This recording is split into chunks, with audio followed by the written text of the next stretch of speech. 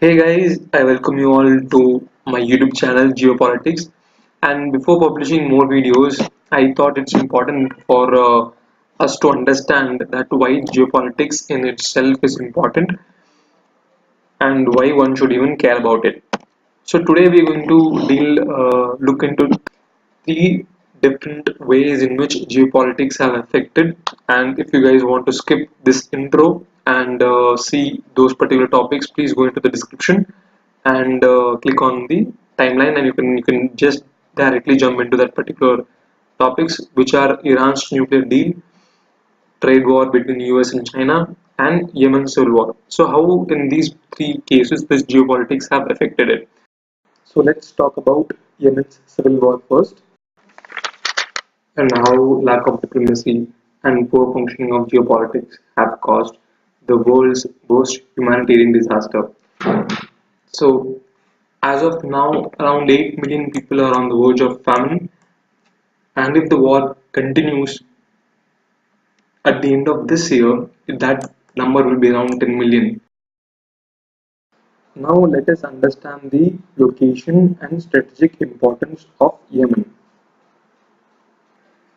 So here we have Yemen, and Yemen and capital of Yemen is Sana'a. And so if we see the strategic location of Yemen in the Middle East, it is very important as a lot of oil trade goes through this route into the Europe. So this narrow passage becomes a choke point from which the flow of oil can be controlled. So, so therefore Yemen becomes a very important country strategically.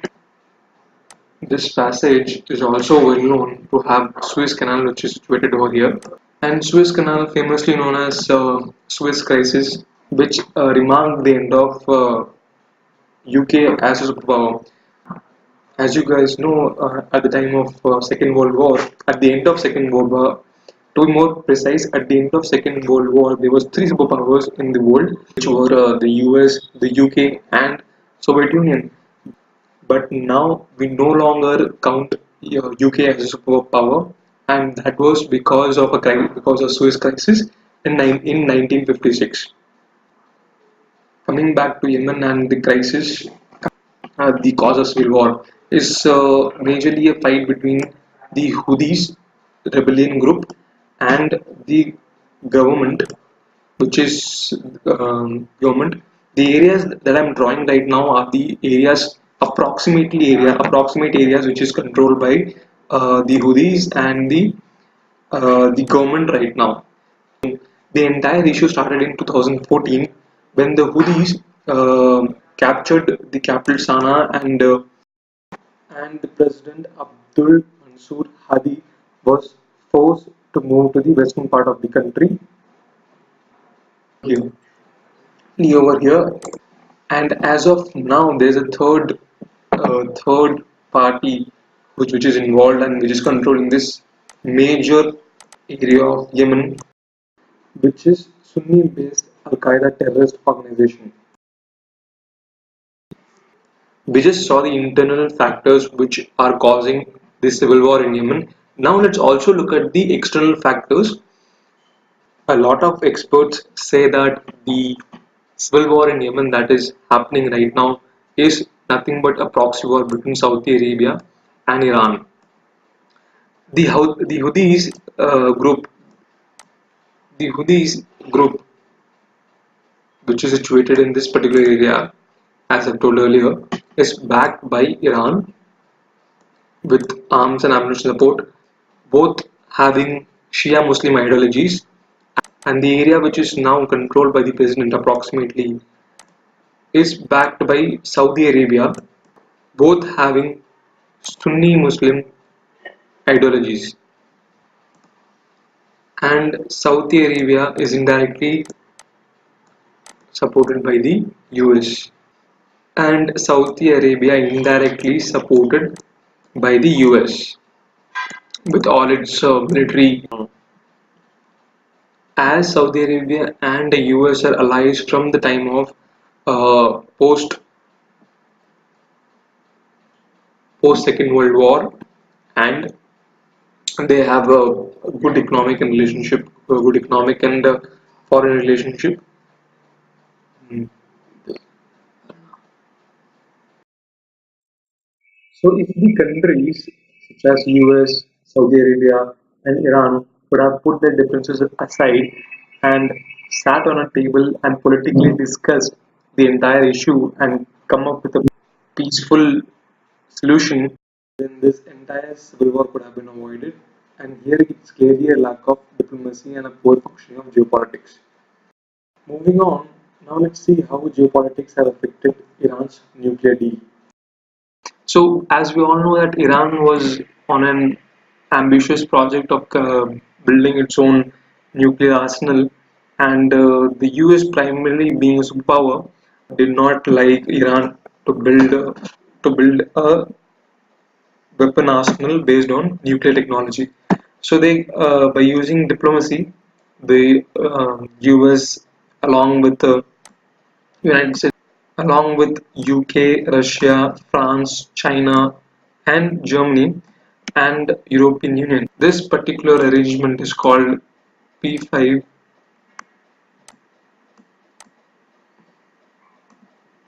plus 1. P5 plus 1. These call so as you guys see in this picture, these are the foreign ministers of all those countries working together to avoid a situation. And the entire issue was that US um, threatened Iran that if it didn't stop its nuclear ambitions, it would be facing serious sanctions which could cripple its economy. And Iran basically, uh, you know, abided abided the wishes of the global powers and saw it as an opportunity and also got a lot of benefits from it.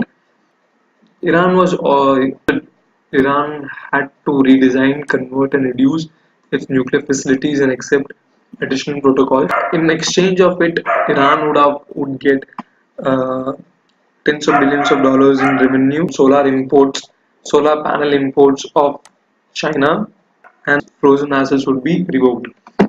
So it was a pretty good deal for Iran, and Iran took that deal, and this is how a major buildup of nuclear weapons in Iran was averted.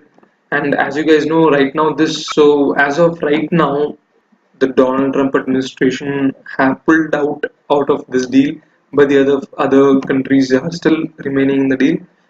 Here we saw how geopolitics helped both the parties and both got some benefit out of it, and it was a win-win situation for both of them. Now let's look into another scenario in which two countries' relations are worsening because of the lack of diplomacy or not a very good functioning of geopolitics. So let's move on to the next case. How the trade war between China and US, have initiated and a trade war between China and US have been initiated, and both the countries are paying the price for it, literally paying the price for it. The issue starts with US in this start of when in the start of 2018 and previously also uh, had been putting tariff in a lot of countries, and it also happened to put tariff on solar panel imports which are mostly manufactured in China. And on July, US specifically targeted China by imposing 25% of tariff on 34 billion of Chinese import. In the response of this, Chinese Foreign Ministry threatened the US of similar action if this policy was not revoked. But the US were determined about the tariff and they did not back off. And in retaliation, China also responded with a similar size tariff on the US product. Now, on a further note, US went ahead in September and also put further tariff of put further tariff on 200 billion Chinese goods, and to which both to which China also responded $60 billion on US goods. Now here we can see that how there was a lack of diplomacy and a much more effective policy and use of geopolitics could have been. Uh, so this was a entire discussion about the three cases, and from this three cases we can understand that why geopolitics is so important for us to take note of or to be aware of it. So guys, I'll meet you guys in the next video. Until then, goodbye.